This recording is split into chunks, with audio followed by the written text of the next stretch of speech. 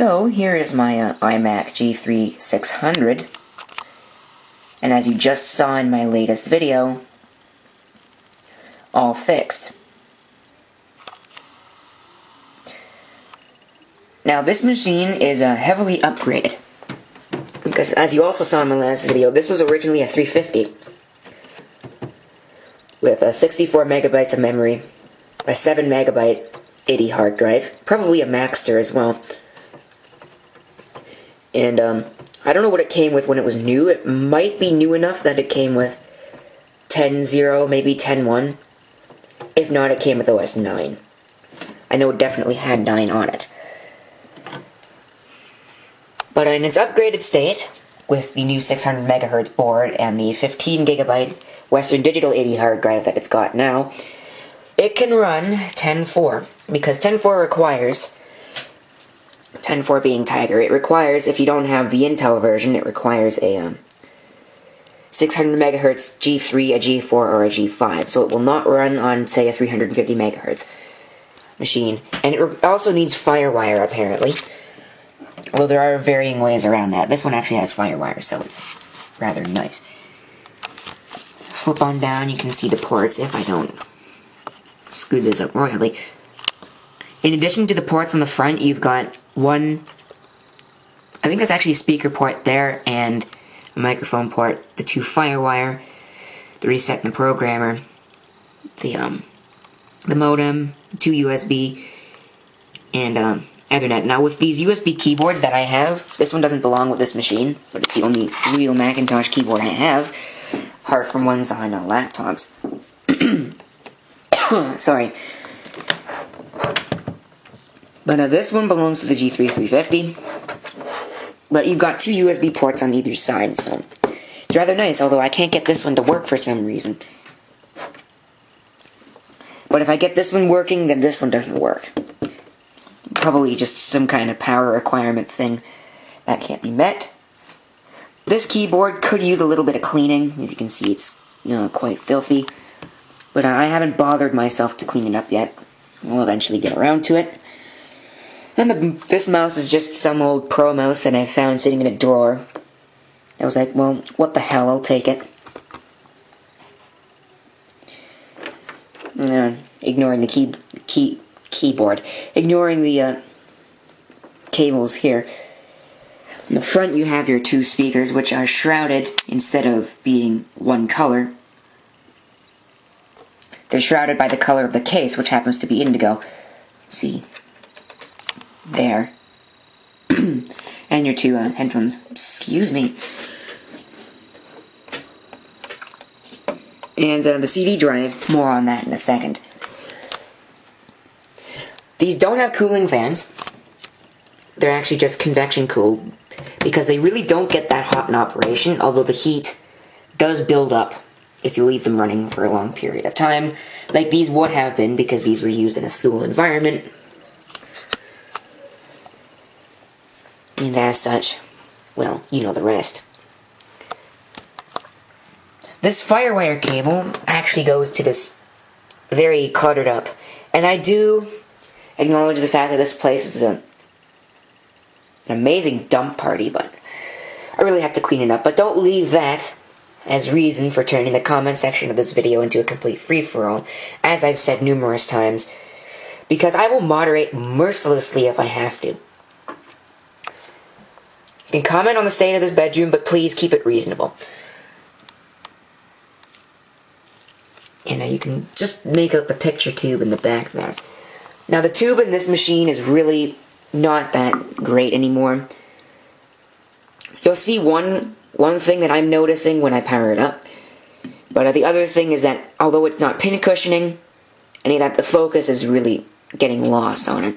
It's losing focus, probably because it's been powered on all these years. I don't know exactly what that is, but my guess is that at its best, it's just a fracture. Or a crack in the housing. It's nothing really serious. And as such, I'm not going to deal with it. I have not got this machine fully apart from the bottom pan here, to clean that up and to do some hard drive stuff. But this CD-ROM drive, And it is a CD-ROM slot load DVD. Slot load CD-ROM drive. But the drive is probably on its way out because the loading is a little bit weak. Or it sounds a little bit weak even though it works. I might give you a demonstration of that. Don't know if it's supposed to sound the way it does, but I'm going to leave it until it fails. Because I don't feel like going out and buying a new slot load CD-ROM drive for this thing. But in order to install 10.4, I can't use this CD-ROM drive because this is a CD-ROM drive. And the 10.4 disc that I have, contrary to what I thought in the beginning, it is not an Intel disc, it is actually a PowerPC disc, but it needs a DVD-ROM, which this does not have. So what I ended up doing is I ended up booting this, inserting the disc into here, booting this up in target disk mode, and installing it from this DVD-ROM through FireWire onto this thing. And that was able to get it to work.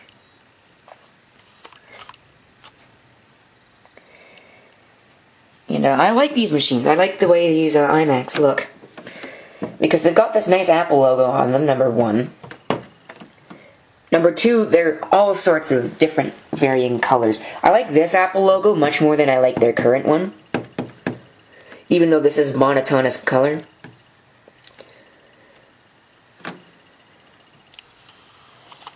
I like it more than the gray piece of crap logo that they have now.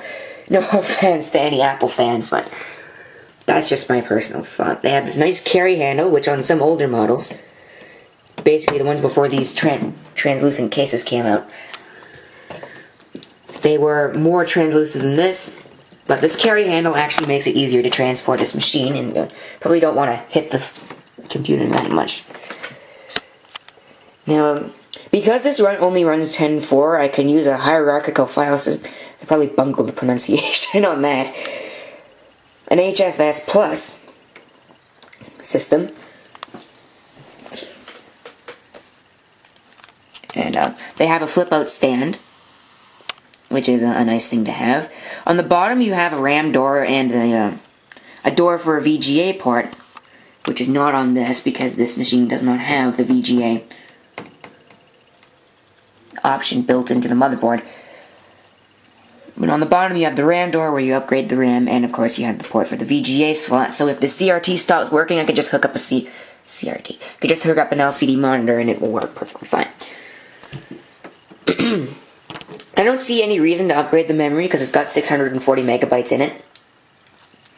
But if I ever find some more spare, I will replace the 64 megabyte module that's in there with something better. Maybe a 256. I know it's got a 64 and a 512 in there, because I did check. And so, let me take a look at some of the software that I got with this machine. So now all the software that I got with this machine came in this box, which is a 10.4 box. But ironically, I didn't get a 10.4 install disc with this. And so, the box could use a little bit of cleaning. It's a little bit sticky, you know, from pop dripping and other... I don't even want to think about it. So, I'm going to pull this out somehow with one hand.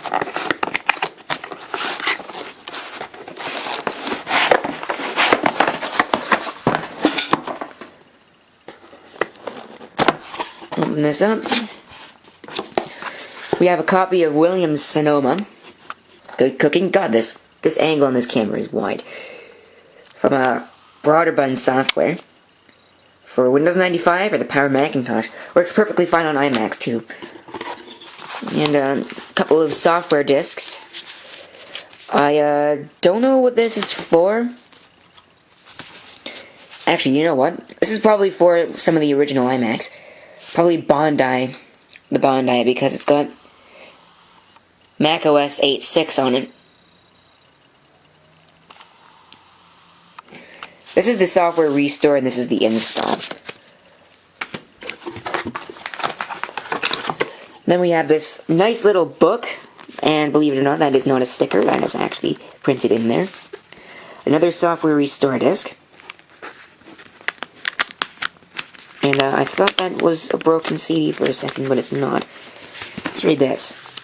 Copyright 1998, Apple computer. Of course, now today they're known as Apple Inc.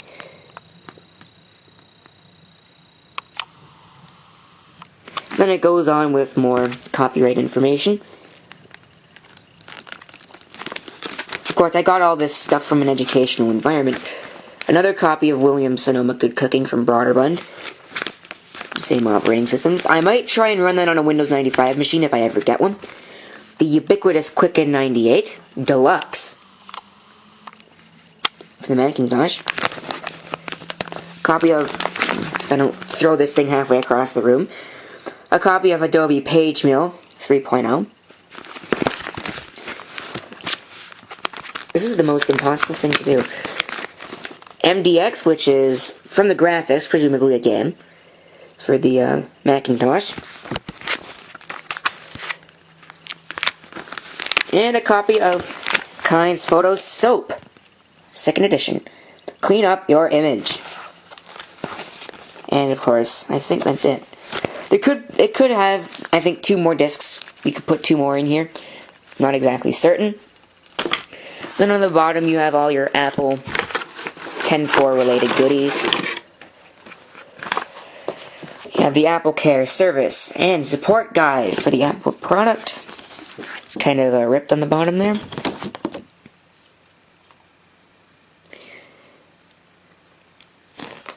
I don't think this was ever used.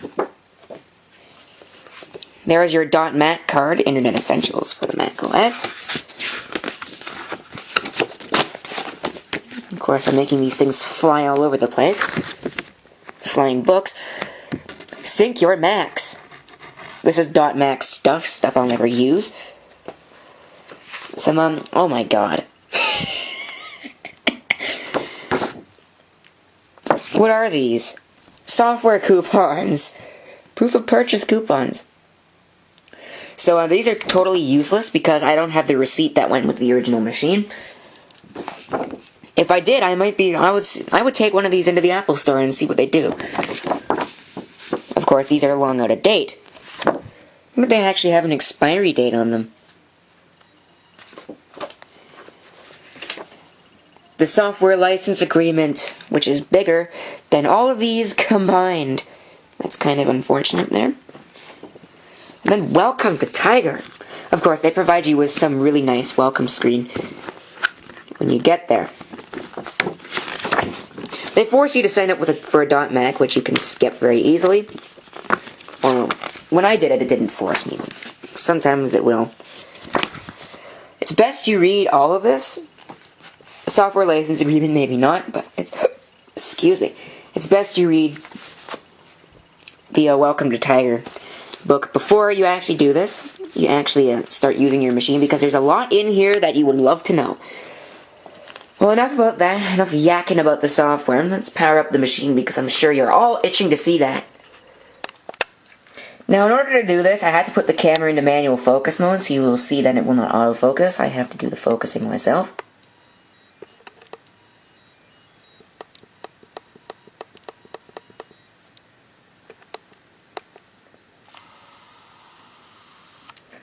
Because this camera will not autofocus on the CRT. It will autofocus on this one, but not on this one. I don't know why it will do that, but it just won't. And I'm not sure how well this is going to work, but I'm going to try and power it up off of the soft power on with the keyboard. I have tried it with this one, it does work. I have not tried it with this one, so I don't know what's going to happen, but let's try anyways.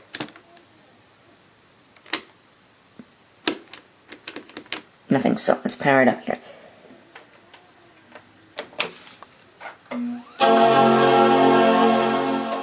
Loud enough for you? Now, of course, these are only the built-in speakers, so they're really not that big, and they don't sound that bad, but they're a little bassy. See, here it comes with all of its refresh rate glory, and you might be able to notice it around the edges. Nope, this camera isn't seeing it, but I can see it. There are all sorts of waves around the edges of the CRT. And actually, it's a little bit tilted. I'm going to have to adjust this.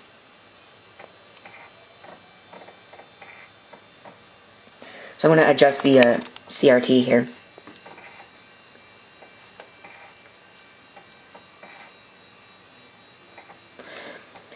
And his date and time is correct. Hold on, let me adjust the focus here.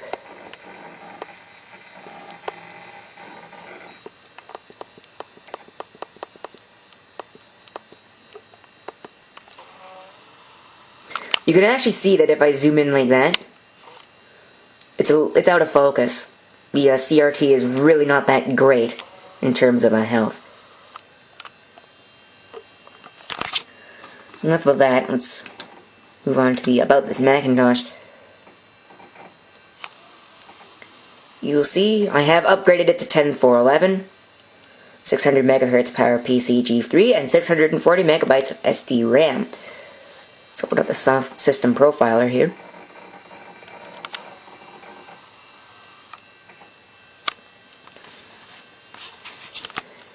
It is a 750, 33.11. I'll try and look at that revision number there and see what it gets me.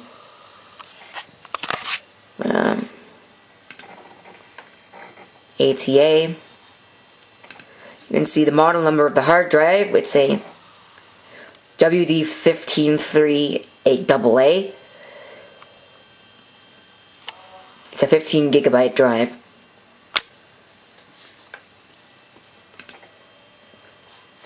I don't really have anything installed here. This doesn't have Bluetooth. There's no burning device. There's no fiber channel on here. There is a FireWire. I have that plugged in still. And you will see, oh, 128, that's a 128 module.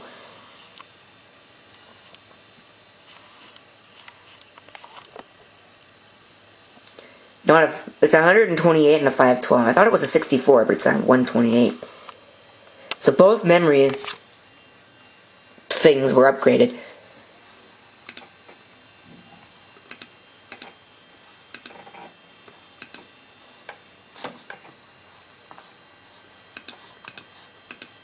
Out of that. And let's fix the CRT. Remember this iTunes logo? That's iTunes version 4. And again, I never use this machine anyway, so it's not that big of a deal. No internet connection. I'll try and get that up and running in a second. Let's fix our display geometry here. The position is fine. I'll have to change the rotation here.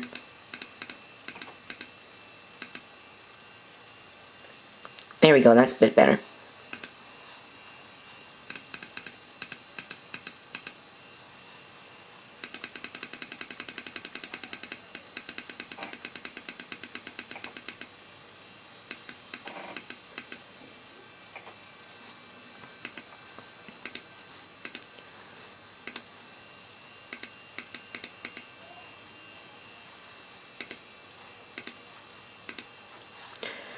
That should be okay. I'll change it to a lower display rate so you can see this better. Of course, obviously everything goes huge. So that really wasn't a good plan here. You could see the refresh a little bit less.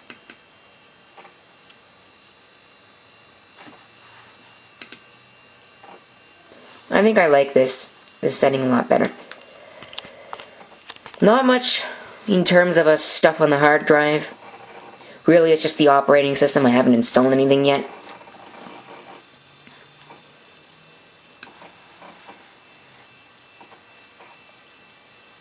iSync. That's the only application that I know of for the classic Mac OS. For 10.4 and earlier, that actually uses the new shiny logo. I don't know why that is, but okay. So I'm going to set up the internet here, and we'll be back. That machine's running. Let's check. Do we have a network connection? we do.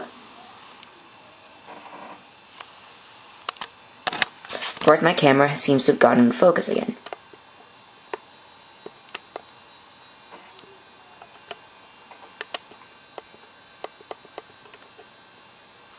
Yeah, you can definitely tell it's out of focus because that's the best focus I can get.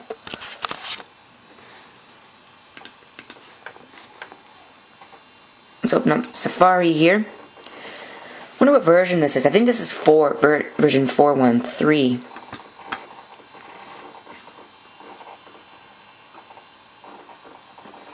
See, it doesn't load pages. The iPhone 4S.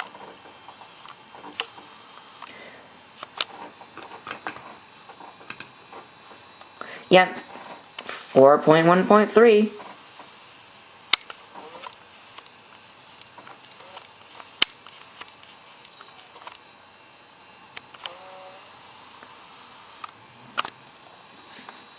Of course, you can browse the YouTube on this ancient piece of equipment, but probably will go to my mail if I let it. And go to Google.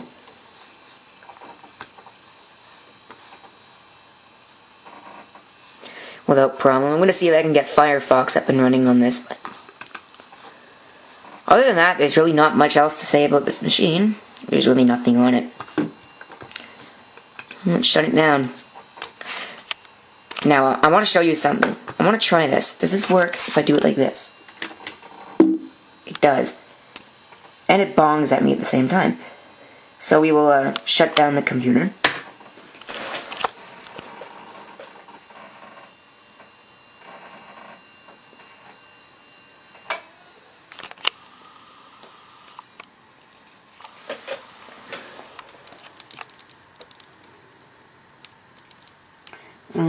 Thank you for watching.